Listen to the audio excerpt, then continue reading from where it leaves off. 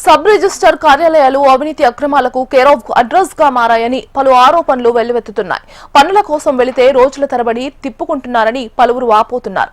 డాక్యుమెంట్లను ఆధారం చేసుకుని రిజిస్ట్రేషన్ల విషయంలో అనేక అక్రమాలకు పాల్పడుతున్నారని బహిరంగంగా విమర్శలు వెల్లువెత్తుతున్నాయి. బోగస్ పత్రాలు సృష్టించి నకిలీ వ్యక్తుల పేరిట రిజిస్ట్రేషన్లు చేయడంలోనూ ఆరితేరారని ప్రజలు మండిపడుతున్నారు. మోసపోయిన బాధితులు గగ్గోలు పెడుతున్నారు. మరి ఈ అవినీతి అక్రమాలకు అడ్డుకట్ట వేసి వీరికి న్యాయం చేసేదెవరు?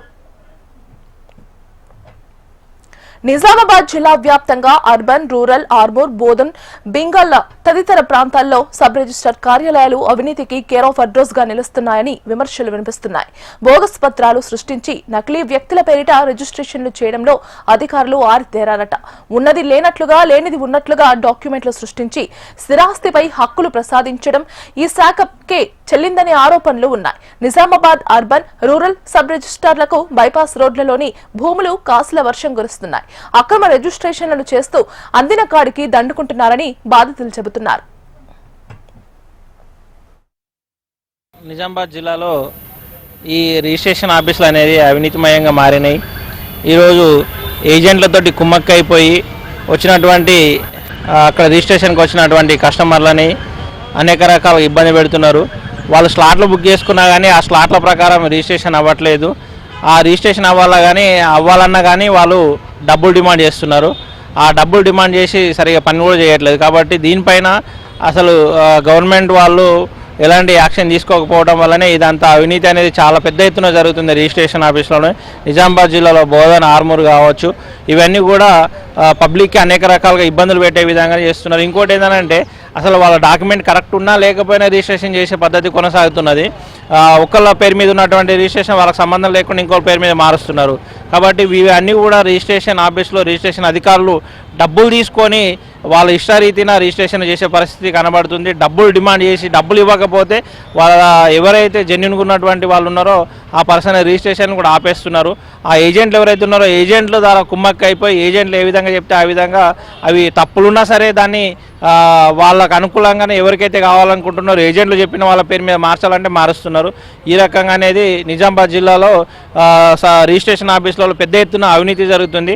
మరి అవినీతి అధికారులు దీనిపైన ఏం చేస్తున్నారు, దీన్ని ఎందుకు పట్టించుకోవట్లేదు, దీనిపైన ఎందుకు నిఘా ఉంచట్లేదు అని చెప్పేసి మేము అవినీతి అధికారులను డిమాండ్ చేస్తున్నాం. అదేవిధంగా ప్రభుత్వం కూడా దీనిపైన చర్య తీసుకునే విధంగా, దీనిపైన కూడా ఇది కూడా ప్రభుత్వ వ్యవస్థలో భాగం కాబట్టి దీన్ని కూడా అరికట్టే విధంగా, దీన్ని కూడా ఈ అవినీతిని నిర్మూలించే విధంగా, సామాన్య ప్రజలకు న్యాయం జరిగే విధంగా ప్రభుత్వం కూడా చర్యలు తీసుకోవాలని చెప్పేసి ప్రభుత్వాన్ని కూడా కోరుతున్నాం.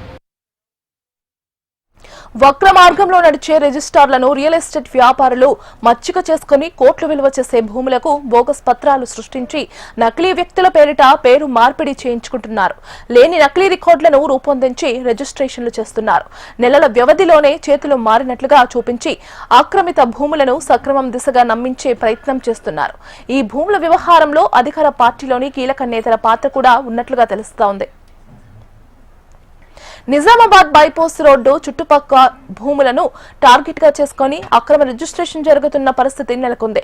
రిజిస్టర్ కార్యాలయాల్లో డాక్యుమెంట్ రైటర్లకు, పనిచేసే సిబ్బంది, ఆ టెండర్లకు ఎలాంటి అడ్డంకులు లేకుండా పనులు జరుగుతున్నాయి. కీలకమైన పత్రాలను స్కాన్ చేసి పేరు మార్పిడి చేసే చోట స్టాంపులు రిజిస్ట్రేషన్ శాఖకు చెందిన ఉద్యోగులు మినహా వేరే వారికి అనుమతి ఉండదు. కానీ ఒకవేళ ఎవరైనా ప్రవేశిస్తే కఠిన చర్యలు తీసుకునే వెసులుబాటు కూడా ఉంటుంది. కానీ నిజామాబాద్ వ్యాప్తంగా సబ్ రిజిస్టర్ కార్యాలయాల్లో వారిదే హవా. డబుల్ రిజిస్ట్రేషన్లతో అక్రమార్గాలు చేస్తున్న దందాలో సామాన్యులు ఇరుక్కొని విలవిలలాడుతున్నారు. నిజామాబాద్ జిల్లాలో రిజిస్ట్రేషన్ ఆఫీసులలో పరిస్థితి తీసుకున్నట్లయితే విచ్చలవిడ పరిస్థితి నెలకొంది. ఎక్కడైతే స్లాట్ బుక్ చేసుకొని రిజిస్ట్రేషన్ కోసం ఎవరైతే వస్తున్నారో వాళ్ళని కాదని, ఎవరైతే డబ్బులని రాజకీయాన్ని వాడుకొని ఎవరైతే ముందుకు వస్తున్నారో వాళ్ళకు మాత్రమే రిజిస్ట్రేషన్ ఆఫీసర్లు కావచ్చు, రిజిస్ట్రేషన్కి సంబంధించిన బ్రోకర్లు కావచ్చు, వాళ్ళ సపోర్ట్ తోటి వాళ్ళకు మాత్రమే ముందుగా రిజిస్ట్రేషన్ చేసి అమాయకమైన ఎవరైతే స్లాట్ బుక్ చేసుకున్నారో వాళ్ళని పక్కన పెట్టి ఈ డబ్బులకు సంబంధించి డబ్బులు అయితే ఎవరైతే ఎక్కువ ఇస్తున్నారో వాళ్ళే మాత్రమే రిజిస్ట్రేషన్ ముందు చేస్తున్నారు. అంతేకాకుండా ఈ బ్రోకర్ వ్యవస్థ వలన ఇచ్చలవిడిగా రిజిస్ట్రేషన్ల దొంగ రిజిస్ట్రేషన్లు ఈరోజు ఈ డబ్బులతోటి ముడిపడిన రిజిస్ట్రేషన్లు అన్నింటినీ కూడా ఈరోజు నడిపిస్తూనే ఉన్నారు. ఇలాంటి వాటిపైన వెంటనే చర్యలు తీసుకోవాలా. స్థానిక ప్రభుత్వం కావచ్చు, స్థానిక రిజిస్ట్రేషన్ అధికారులు కావచ్చు దీని మీద స్పందించాల్సిన అవసరం ఉందని కోరుతున్నాము. డాక్యుమెంట్ రైటర్ల సహాయం లేకుండా ఒక్క డాక్యుమెంట్ కూడా రిజిస్ట్రేషన్ కాదంటే నమ్మశక్యం కాదు. నేరుగా సామాన్యుడే స్లాట్ బుక్ చేసుకుని రిజిస్ట్రేషన్ చేసుకున్న దాఖలాలు చాలా అరుదు. మధ్యవర్తులుగా వ్యవహరించే డాక్యుమెంట్ రైటర్లు ఎంత చెబితే అంత. వారు ఏ డాక్యుమెంట్ ఇస్తే అదే సర్వం.